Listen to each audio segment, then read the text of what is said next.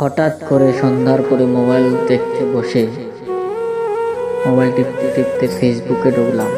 ফেসবুকে ঢোকার পরে হঠাৎ করে এই ভিডিওটা চোখের সামনে আসে, তাই এই ভিডিওটা আপনাদের জন্য তুলে ধরলাম, যাতে এরকম আর কারণ না হয়। প্রথমে ভিডিওটি বুঝতে পারিনি, তারপর বুঝলাম যে একটা খারাপ কাজ করতে গিয়ে এরকম হয়েছে, কিন্তু আপনারা কেউ খারাপভাবে নেবেন না প্লিজ। এই ভিডিওটা দেখার পর মনটা মনে থাকে না, এই দুজন মারা গিয়েছে। ওদের ভাষাটা তো বুঝতে পারিনি কি ভাষায় কথা বলছে, যদি আমাদের ভাষাতে কথা বলতো তাহলে হয়তো কিছুটা বুঝতে পারতাম, তবে আপনারা যেটা ভাবছেন সেটাও হতে পারে বা অন্য কিছু হতে পারে। তাই এই ভিডিওটা শুধু তুলে ধরলাম, যাতে